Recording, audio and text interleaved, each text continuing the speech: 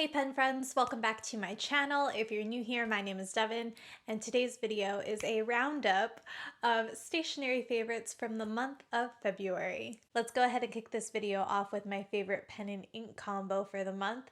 It is the Twsbi Eco White and Rose Gold Fountain Pen paired with the Akkerman Deep Doen Waterblau, and I apologize for my terrible pronunciation, so I'll have it linked off in the description box below with everything else that I talk about in this video. Both of these were sent to me by my pen friend Daniel, so Daniel, thank you so much. It's been such a stellar combo. We're all probably very aware by now that I am a huge fan of the Twsbi Eco in general, so when I saw that they were coming out with a rose gold series, that really excited me. And I know that they've done a rose gold accented pen before. I want to say it was a 580, but if you happen to have that pen or you know for sure, let me know in the comment section below. This pen has an extra fine nib, and if you're completely unfamiliar with the Eco series from Twsbi, it's a piston filling clear demonstrator pen. Typically, piston filling pens are great for their large ink capacity,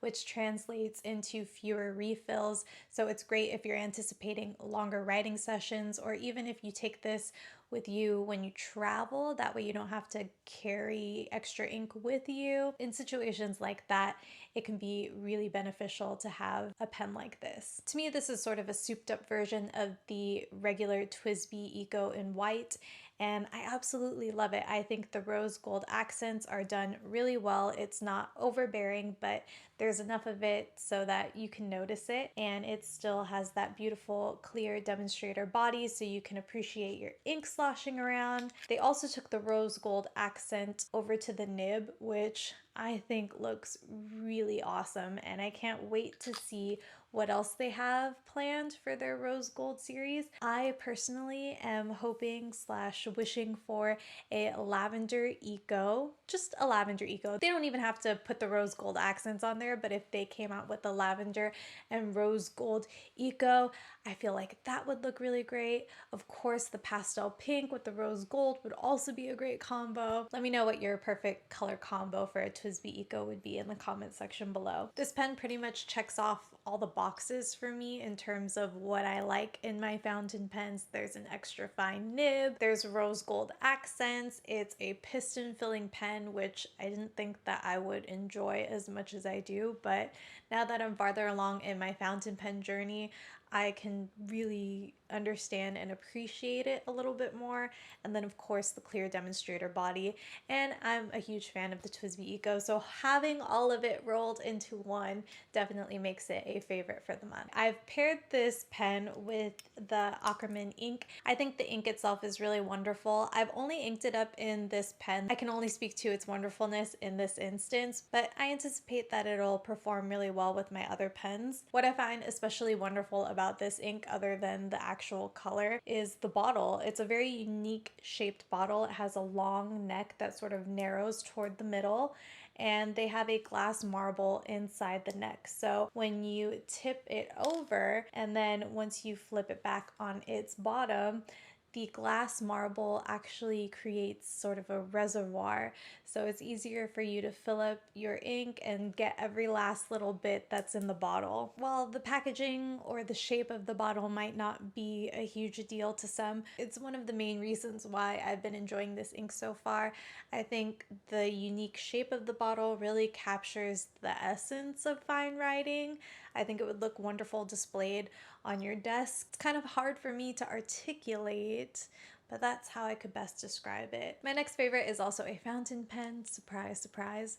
This is the Faber-Castell Gold Grip fountain pen. This was also sent to me by my pen friend Daniel, and I absolutely love it. So thank you so much, Daniel, for sharing this with me. This pen has an extra fine nib, and one of the things that I really enjoy about it that might be very polarizing for some is the triangular grip section.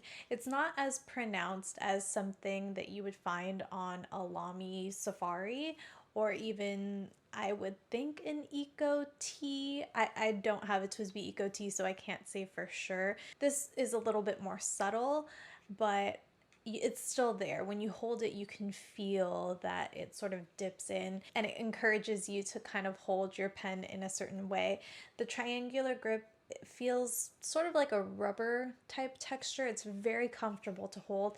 And then there's these grippy dots sort of accenting the rest of the body. It's a very lightweight pen, around 16 grams in comparison to my Twsbi Eco, which weighed about 23 grams with ink in it. I bring that up because the lightweight nature of this pen, along with the triangular grip, has made it extremely comfortable to write with. I think out of all the fountain pens I have so far, I feel most comfortable writing with this for extremely long writing sessions, and it's come in clutch.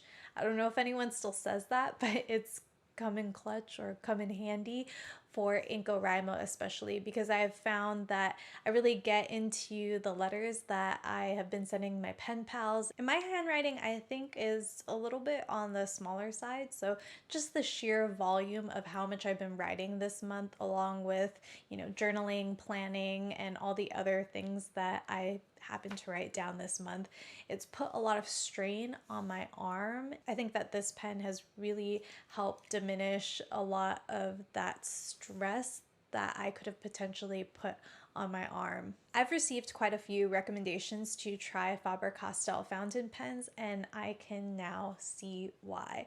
Right now I just have it inked with the blue ink cartridge it came with. I kind of just popped it in absent-mindedly, but once I'm done with the ink cartridge, I'll ink it up with something else. My favorite notebook for this past month is the Rhodia top wire-bound dot pad. It's the A5 size.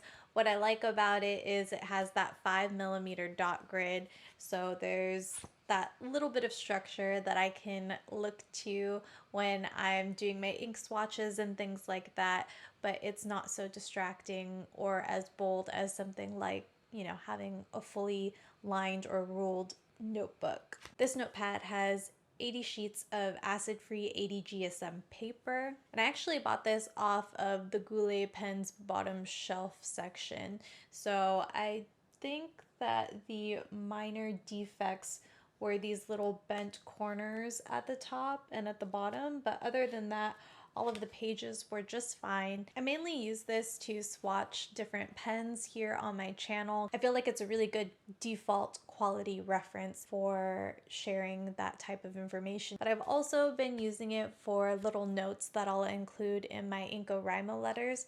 Sometimes I'll forget to include something in my main letter, so I'll jot down a couple things here on one of these sheets, and they're all perforated at the top, so it's really easy to tear out, and it has a nice clean finish on it. I love this paper because it's just that nice bright white paper, and it's so smooth to write on. A really wonderful paper to use with your fountain pens. With the end of the month comes the end of Inkorimo, and Inkorimo was definitely a favorite for the past month. I know it's not a physical thing, but just being able to participate in my first international writing correspondence month was really exciting and really rewarding. It was definitely more challenging than I had originally anticipated it to be. So I didn't quite meet all of the days for this month, but I really enjoyed being able to get to know a lot of you guys a little bit better, as well as making some new friends here on my channel. So that really meant a lot, and I really think that there's something beautiful about celebrating the art of letter writing, especially when it's so easy to send someone a text or shoot them a quick phone call.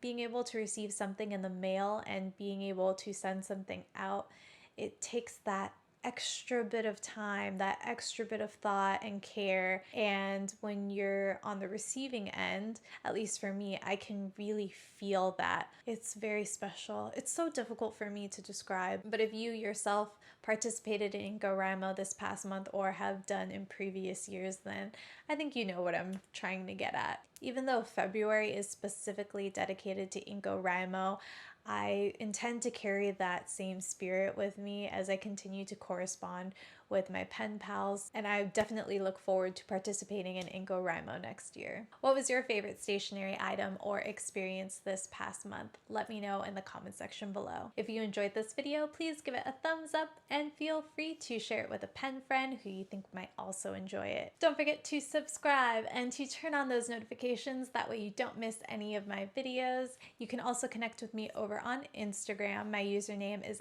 @DevinLu, that's DEVNNLUU. I've also started a TikTok account and I'm slightly addicted, so if you'd like to catch up with me over there, my username is the same, @DevinLu, DEVNNLUU. I do my best to upload here every Thursday evening, so please take care until then. Feel free to enjoy these 2 videos linked here on the screen. Thank you so much for watching, and I'll catch you in the next one. Bye.